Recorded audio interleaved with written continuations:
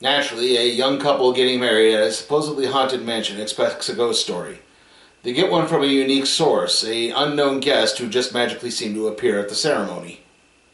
The story is that of one Danny Clayton, a former school teacher who takes a job as an au pair for a young Flora and Miles Wingray, whose parents and previous governess have all died under mysterious circumstances at the titular Bly Manor.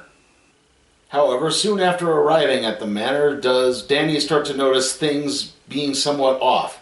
Mysterious dolls appearing all over the grounds, and people appearing in the windows and then disappearing without any form of trace. Does this seem familiar to you at all? This is The Haunting of Bly Manor. So this is obviously a Netflix spin-off of sorts of The Haunting of Hill House. In fact, I think the wedding wraparound is meant to actually take place at the infamous Hill House, but I can't say for exact certainty. But it's also an adaptation of the story The Turn of the Screw, which, if you are a viewer of this channel, you would know I covered a previous adaptation of that earlier this year in The Turning. It's one of my most popular videos, in fact. It got like 2,000 views in about 4 days. We're covering The Turning again, I guess.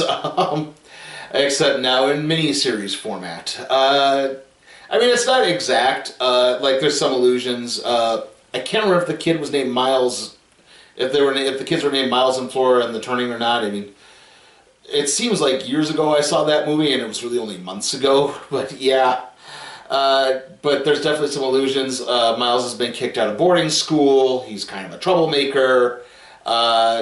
He's giving off kind of a creepy, oh god, he just hit puberty, and he's interested in the governess type vibe, which there's a scene where that kind of happens. But yeah, there's some similarities in that.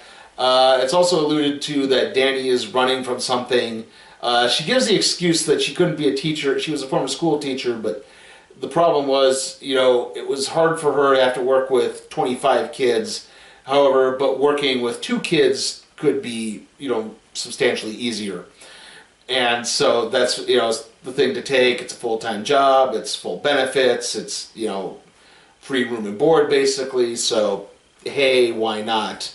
And, she's an American who's immigrated to London, and it's 1987, which is weird because the wraparound device takes place in 2007, and the story itself takes place in 1987. And it's being told by a wedding guest played by Carly Gugino, who says that she's not Danny, but it seems to indicate that she probably is.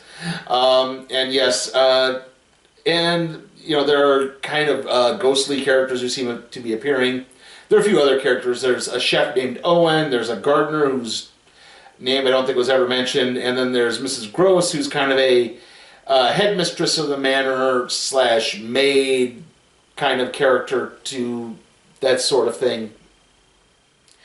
And, she's, I think, again, I can't remember if the character was the same in The Turning or not, but yeah.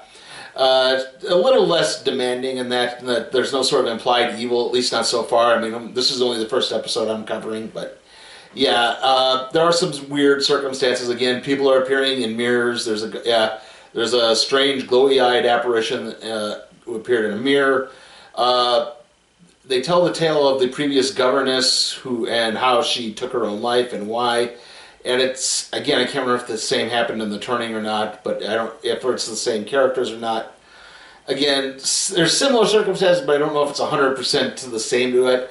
At least this didn't seem to have the bad marketing The Turning had, which, if you recall, I did not like that movie, and there were a bunch of scenes in the trailer that were not in the movie.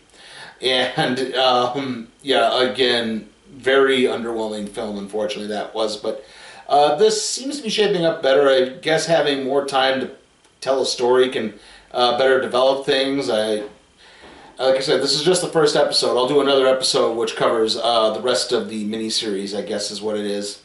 So I guess that will turn out maybe a little bit better. But so far, the first episode is pretty solid. Not a lot of jump scares or anything like that. It's doing a good job of building mood.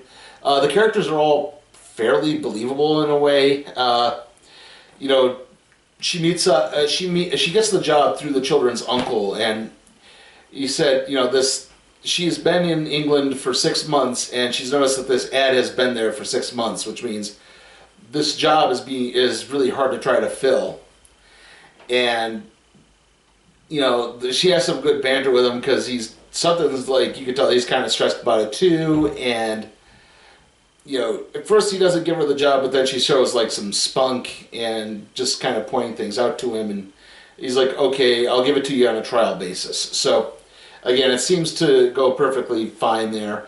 I would say if there is a drawback, the little girl who plays Flora, I don't want to be too hard on child actresses, but she is kind of borderline annoying. I mean, she literally is in love with the phrase "perfectly splendid" because she uses that to describe everything in the house except the makeshift classroom that the students, or the teacher, sorry, that the two children will be taught in. So, yeah, that's about the one real drawback, because she can kind of grate a little bit. Still, so far, I'm going to give this episode a B.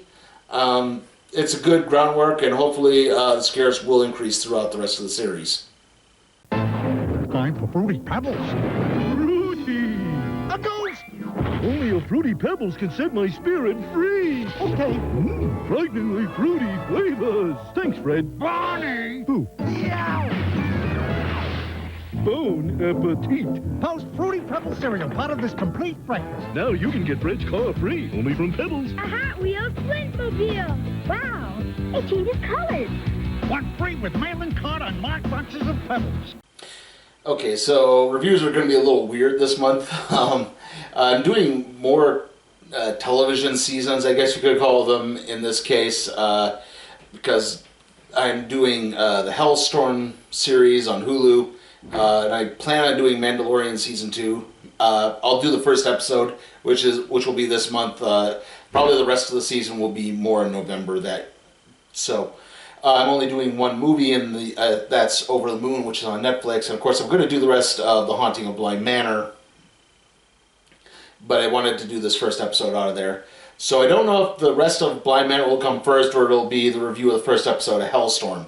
But I'll probably do one. It'll probably either of those, and then it'll be the the review of the rest of season 1 of Hellstorm, which is a Marvel Comics property, and it's on Hulu.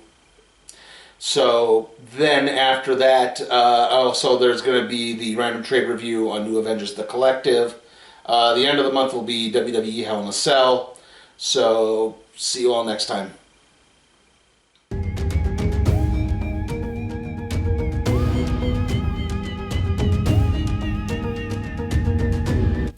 Hey guys, remember, you can help support my channel at patreon.com/SleepyTimeForCat Productions, where you can help request a movie, even if it's something like, say, Sonic the Hedgehog or the next Purge film. I'll review it.